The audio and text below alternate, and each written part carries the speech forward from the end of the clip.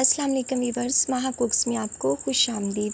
Viewers, आज हम बना रहे हैं बलाई से मक्खन निकालना। बहुत ही आसान तरीके से बताने की कोशिश करूँगी। कोई मशीन हम यूज़ इसमें नहीं कर रहे, बल्कि हम हाथ की मदद से या यूँ समझे एक चम्मच की मदद से मैं आपको बता रही हूँ। 5 मिनट में बनकर ये तैयार हो जाएगा। तो चलें करते हैं रेसिपी को स्टार्ट और बनाते हैं बलाई से मक्खन। तो वीवर्स, ये है मेरे पास बलाई। इसको मैंने सारी रात के लिए नीचे वाले फ्रीज़र के खाने में रख दिया था ताकि ये सॉफ़्ट हो जाए। और ये देखें आप, अब इसमें बर्फ़ बिल्कुल भी नहीं है।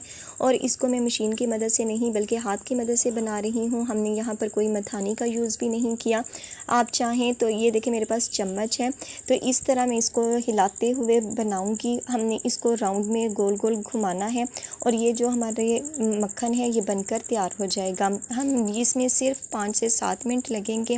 आपने मुसलसल चम्मच को इसी तरह चलाते हुए बनाते जाना है।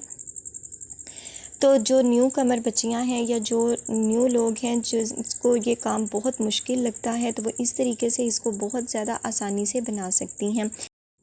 तो वीवर्स, ये देखें, आपकी कंडीशन देख रहे होंगे, ये अभी से सॉफ़्ट होना शुरू हो गई है और इसमें से पानी निकलना शुरू हो गया है, यानी लस्सी साइड पे होती जा रही है और जो हमारा मक्खन है वो एक तरफ अलहदा होता जा रहा है। लेकिन हमने इसको मुसलसल चलाना है। अभी भी इसमें 3 से 4 मिनट मज़ीद लगेंगे। तो यहाँ मैं आपके साथ एक टिप शेयर कर रही हूँ कि अगर जब आप बलाई को इकट्ठा करें तो उसमें थोड़ा सा आप दही या योगर्ट मिला दिया करें, तो उससे ये होगा जो पनीर है वो कम से कम बनेगा और जो हमारा मक्खन है वो ज़्यादा निकलेगा। यानी जितनी हमारे पास बलाई होगी उतना ही मक्खन और घी बनकर तैयार होगा। तो व्यूअर्स, ये देखें, जो हमारा मक्खन है वो अलहदा हो चुका है, लस्सी हमारी अलहदा हो चुकी है। तो अब हमने क्या करना है, हमने इसी स्टेज पर इसमें शामिल कर देना है थोड़ा सा पानी। ये मेरे पास नॉर्मल पानी है, कोई हमने ठंडा या गर्म नहीं लिया। और ये देखिए मक्खन हमारा एक साइड पर हो गया है। तो वीवर्स, इसमें तकरीबन 3 से 4 मिनट लगे हैं तमाम प्रोसेस को करते हुए। और ये जो हमारा मक्खन है वो बनकर हो चुका है तैयार।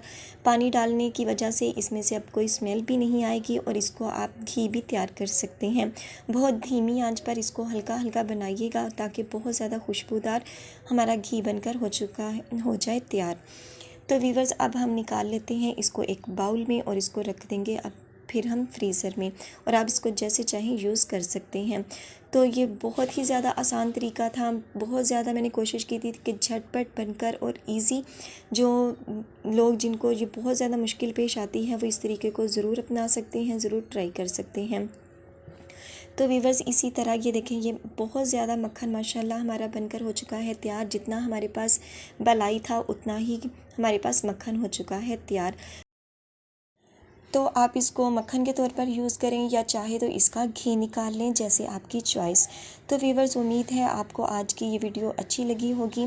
तो आखिर में वही रिक्वेस्ट कि वीडियो अच्छी लगे तो वीडियो को लाइक और चैनल पर नए हो तो सब्सक्राइब करना मत भूलिएगा और बेल आइकन को ज़रूर प्रेस कीजिएगा ताकि आने वाली हर नई वीडियो का नोटिफिकेशन आपको बर वक्त मिल सके। तो इंशाल्लाह मिलेंगे अपनी आने वाली किसी नेक्स्ट वीडियो के साथ। तब तक दुआओं में याद रखिएगा। अल्लाह पाक आपके हाथों और खानों में बरकतें अता फरमाए। अल्लाह हाफिज़।